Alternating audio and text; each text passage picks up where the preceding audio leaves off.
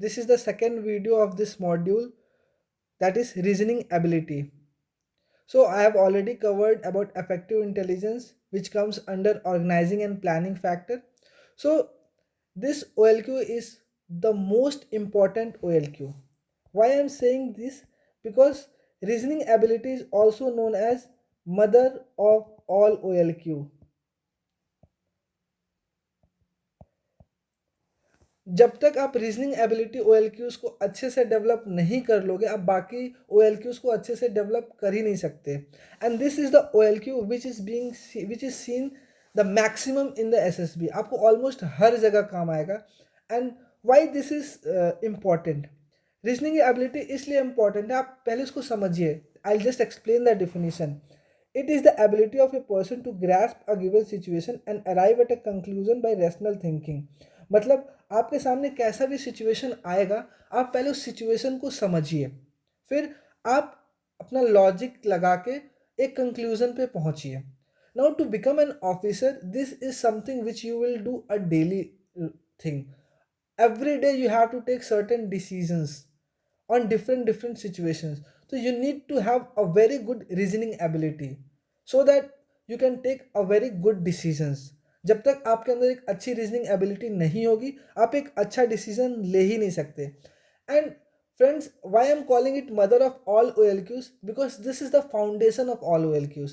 कहते हैं ना, एक ऊंची इमारत बनाने के लिए उसका नींव मजबूत रहना चाहिए. अगर आप एक नींव, कमजोर नींव पे कितनी भी ऊंची इमारत बना लोगे, वो नीचे गिर जाएगी, वो ढह जाएगी. So it's very important that you should make this foundation very strong.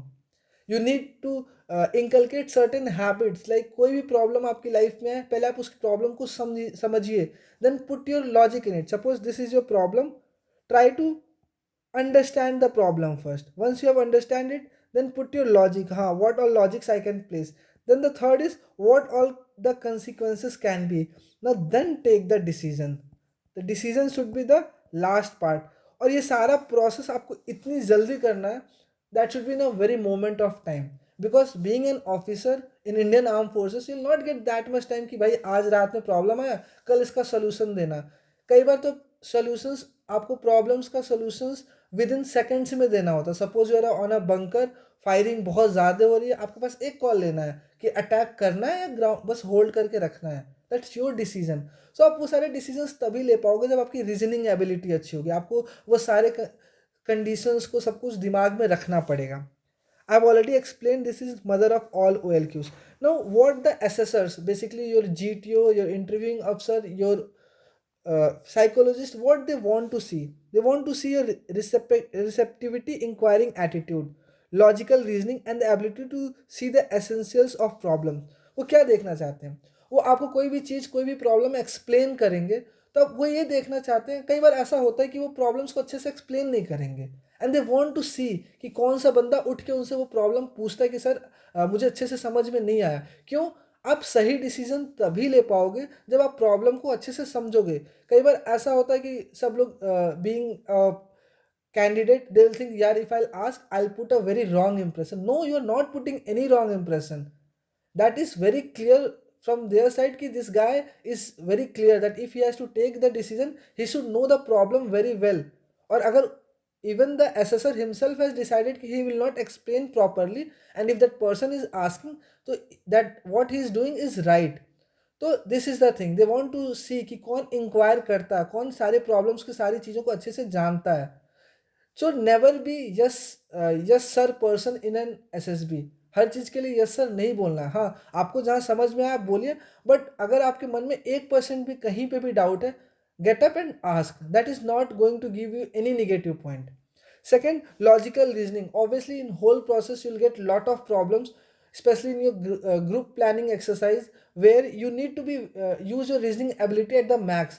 आपके सामने चार पांच कंडीशंस होंगे, चार पांच प्रॉब्लम्स होगी, उनमें से आपको एक प्रॉब्लम लेके उसका सोल्यूशन, उसको प्रायोरिटाइज करना पड़ेगा कि हाँ किसी की जान बचानी है, किसी को हॉस्पिटल ले जाना है, किसी को गाड़ी को रोकना है. I will be explaining all this in my later part of the video. But ये चीज़ आपको समझनी पड़ेगी कैसे आपको ग्रुप प्लानिंग एक्सरसाइज में कैसे चीज़ों को यूज़ करना है. और ये चीज़ आप तभी कर पाओगे जब आपकी रीजनिंग एबिलिटी अच्छी होगी. रीजनिंग एबिलिटी से आप सारे प्रॉब्लम्स के लेवल को समझ पाते हो. हाँ, ये कौन सा प्रॉब्लम सबसे ज़्यादा इंपॉर्टेंट है, कौन सा प्रॉब्लम उसके नीचे है। आप कहीं पे भी किसी भी यूनिट में आप कैसे भी ऑफिसर हो, इट्स नॉट अबाउट आर्मी, आप आईएएस हो, आईपीएस हो, even in your daily life आप अपने कॉलेज के हेड बॉय क्यों ना हो, आपके सामने प्रॉब्लम्स आएंगी। प्रायोरिटाइज करना वो आपका काम है। तो आप कैसे प्रायोरिटाइज करोगे, कैसे आप प्रायोरिटाइज किस चीज़ को ज़्यादा इंपॉर्टेंस दोगे, that thing will come only at the by doing reasoning ability.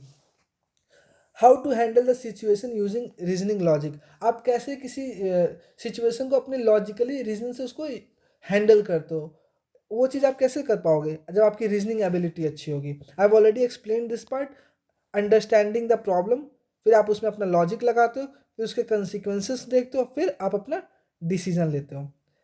एक और बात है, रीजनिंग रीजनिंग एबिलिटी में एक बहुत समझने वाली चीज़ है, can not copy from others. देखो, फॉर एग्जाम्पल अगर आपको एक ट्रेन पकड़नी है, वो आपके घर से 300 मीटर दूर है और 3 मिनट बचे हैं, सपोज 4 मिनट बचे हैं और आपके घर से 200 मीटर पे रेलवे स्टेशन है और आपको ट्रेन पकड़नी है। अब मैं एक 100 मीटर रनर हूँ, मैं बहुत तेज़ दौड़ सकता हूँ, तो मैं तो बैग उठाऊंगा, भाग के पहुँच जाऊँगा। तो मैं मुझसे पूछा गया कि भाई 4 मिनट बचे थे, तुमने क्या किया, मैं कहा मैं 100 मीटर रनर हूँ, मैं भाग के पहुँच गया। अब सेम एक और बंदा है, वो क्या करता है, वो उतना तेज भाग ही नहीं सकता, उसके पैर में चोट है या कुछ भी है, तो the same reasoning ability which I have use वो उसके लिए एप्लीकेबल नहीं होगा। और ये गलती ना सबसे ज़्यादा लोग एसएसबी में करते हैं, आपने भी देखा होगा, सब एक दूसरे से पूछते हैं कि भाई तूने इस क्वेश्चन का आंसर क्या दिया था, भाई तूने इस क्वेश्चन टीचर ने पूछा तूने क्या। सी, सबकी लाइफ कैरेक्टर अलग अलग है, everyone do not fit in the same frame. So सबकी रीजनिंग एबिलिटी अलग अलग होगी, सबका लॉजिक अलग अलग होगा और सबका रीजन और डिसीजन लेने का तरीका भी अलग होगा। So never try to copy the same decision what other has given, because तुम्हें वो ज़्यादा अच्छा लग रहा है या ज़्यादा सुनने में अच्छा लग रहा है, बिकॉज जो ये तीनों तुम्हारे एसेसर्स हैं, they make a image of yours, आपकी एक इमेज बनाएंगे। और जब आप कोई झूठ बोलते हो ना, तो वो इमेज से बाहर होता है, and then they can easily decide कि ये बंदा जो हमने सोचा वो नहीं है, इसका मतलब वो झूठ बोल रहा है, and they will never select you. Last is does not depend on your background. ये कोई भी आपका रीजनिंग एबिलिटी आपके बैकग्राउंड पे डिपेंड ही नहीं करती कि आप साइंस स्ट्रीम को, आप कॉमर्स स्ट्रीम के हो, आपने 10th में मैथ लिया था नहीं लिया था, आपने 12th में क्या सब्जेक्ट लिया था, it has nothing to do with that. कई बार हमारे पेरेंट्स जो ज़्यादा पढ़े लिखे नहीं है, वो हमसे अच्छा डिसीजन ले पाते हैं रीजनिंग एबिलिटी की वजह से, बिकॉज उनको साथ ज़्यादा एक्सपीरियंस होता है। So reasoning ability has nothing to do with your background. So now we will jump to the next thing, that is how to develop. Again, I have told you this is the most important thing in all the videos, how to develop it. Improve your knowledge. Obviously, कोई भी चीज़ को आप ज़्यादा अच्छे तरीके से reasoning तभी कर सकते हो जब आपको उसके बारे में बहुत अच्छे से नॉलेज हो। आपको उसके रिसोर्सेज का सही नॉलेज जब तक नहीं होगा तब तक आप नहीं हो। और ये नॉलेज आप कैसे बढ़ा सकते हो, reading books, reading novels, newspaper, मतलब आप जितना रीड करोगे तो आपको सामने उतने अलग अलग सिचुएशंस आएंगी और आपको नया नया तरीका पता चलेगा कि उनने उस सिचुएशन को कैसे टैकल किया है। So improving your knowledge will develop your reasoning ability. जिज्ञासु बनो, बिकम अ इंक्विजिटिव पर्सन। होता है ना, आपको हर चीज़ से पूछो कि ये क्यों काम आता है, ये किस लिए यूज़ होता है, ये क्यों होता है। जब ये चीज़ आप अपनी डेली लाइफ में आप यूज़ करोगे ना, तो आप अपने आप नॉलेजेबल पर्सन बनोगे, आपके पास ज़्यादा ऑप्शंस होंगे उस चीज़ों को यूज़ करने के। सपोज आपके सामने कोई रिसोर्स है, आपको उसके बारे में पता ही नहीं है, तो आप कैसे उसको यूज़ करोगे। तो अगर आप अपने डेली लाइफ में आप जिज्ञासु पर्सन बनते हो, हर चीज़ के बारे में पूछते हो, अच्छा ये बॉटल रखा है, बॉटल किस काम में आएगा, अच्छा ये बेड है, ये बेड ऐसा क्यों है, यू।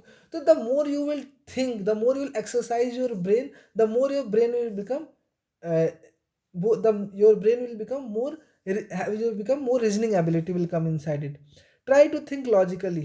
आप कोई भी चीज़ को ना ज़्यादा से ज़्यादा लॉजिकली सोचने की कोशिश करो, rather than इमोशनली, या फिर हाँ ठीक है उन्होंने बोल दिया। कोई भी प्रॉब्लम आप आए, आप हर प्रॉब्लम में सेम फॉर्मूला घुसेड़ो।